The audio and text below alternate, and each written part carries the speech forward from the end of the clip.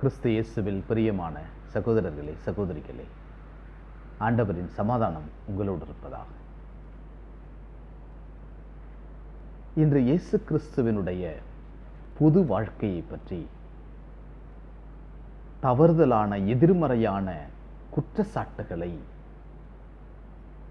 பெரியோர்கள், பரிசேயர்கள், சதுசேயர்கள், சட்ட வல்லுநர்கள் அவர் மீது சாட்டுகிறார்கள்.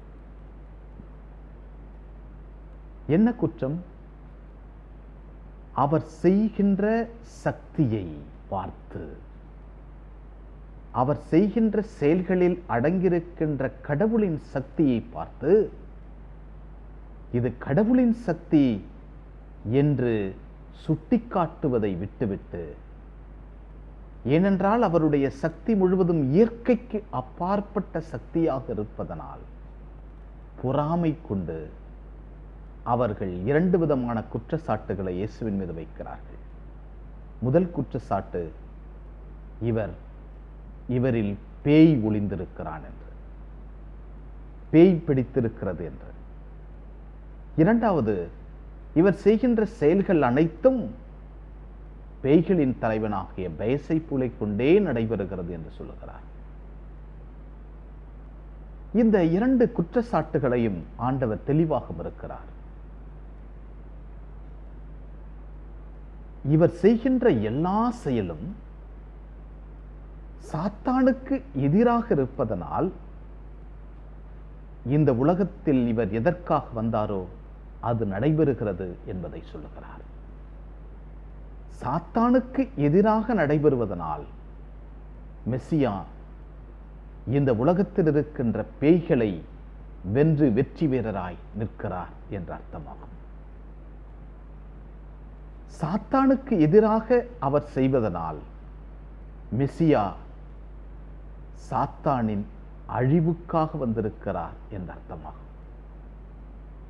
பேய்களின் அழிவுக்காக வந்திருக்கிறார் என்ற அர்த்தமாகும். அவர்களுடைய குற்றச்சாட்டின்படி எந்த ஒரு அரசும், எந்த ஒரு வீடும், எந்த ஒரு சாத்தானும் தனக்கு எதிராக தானே எழுமானால் அது தானாக விழுந்து போய்விடும். பேய்களை கொண்டு பேய்களை ஒட்டுகிறேன் என்றால் பேய்களை தானாக அழிந்துவிடும், கலகம் உருவாகும். இங்கே ஆண்டவர் பேய்களின் மீது கொண்ட சக்தியை, பேய்கள் இந்த உலகத்தின் மீது கொண்ட சக்தியை முழுவதுமாக முறியடிக்கிறார். மேலுமாக ஆண்டவர் சொல்லுகிறார், எவர் ஒருவர் தான் கடவுளின் பெயரால், தூய ஆவியின் பெயரால் செய்கின்ற செயலை பேய்களை கொண்டுதான் செய்கிறார் என்றால் இதுதான் மன்னிக்க முடியாத பாவம். அப்படி என்றால் என்ன? கடவுள், தெய்வீக கடவுள், தூய ஆவியார் இயேசுவில் பிரசன்னமாகி ஆண்டவரின் ஆவி என்மேலே என்று சொன்ன அந்த கூற்றின்படி கடவுளின் ஆவியார் அவர் மீது இருந்து செயல்படுகின்ற உண்மையை மறுக்கின்ற ஒரு செயல். கடவுளின் செயலை மறுக்கின்றவர் யார் இருக்க முடியும்? பேயாகத்தான் இருக்க முடியும். கடவுளுடைய வல்லமையை யார் மறுக்க முடியும்? சாத்தான் தான் எதிர்க்க முடியும். சாத்தான் எதிர்க்கிறான் என்றால் அவன் கடவுளுக்கு எதிரானவன், இயேசுவுக்கு எதிரானவன். அன்புக்குரிய சகோதர சகோதரிகளே, இன்றும் கூட திருச்சபை தன்னுடைய பணிகளை தூய ஆவியின் வழிநடத்துதலால் செய்து கொண்டிருக்கிறது. திருத்தூதர் பணி முதல் அதிகாரத்திலிருந்து கடைசி வரையில் நாம் பார்ப்போமே என்றால், கடவுளின் தூய ஆவியார் திருச்சபையை தாங்கி செல்வதையும், அதே தூய ஆவியார் காலம் முழுக்க திருச்சபையை வழிநடத்தி வருகிறார் என்ற உண்மையையும் நமக்கு புலப்படுத்துகிறது. அதே தூய ஆவியார் இன்றும் என்றென்றும் திருச்சபையையும் திருச்சபையினுடைய பணிகளையும் வழிநடத்தி வருகிறார். பல நேரங்களில் திருச்சபையினுடைய ஊழியர்களுடைய செயல்பாடுகள் நாட்டுக்கு எதிராகவும், ஒரு குழுவுக்கு எதிராகவும், ஒரு மதத்துக்கு எதிராகவும் குற்றம் சாட்டப்படுவது இன்றைய காலகட்டத்தில் போக்காக மாறிக்கொண்டிருக்கிறது. எப்பொழுதும் தூய ஆவியால் வழிநடத்தப்படுபவர்கள் இன்னொரு மனிதனுக்கு எதிராக எந்த வேலையும் செய்ய முடியாது.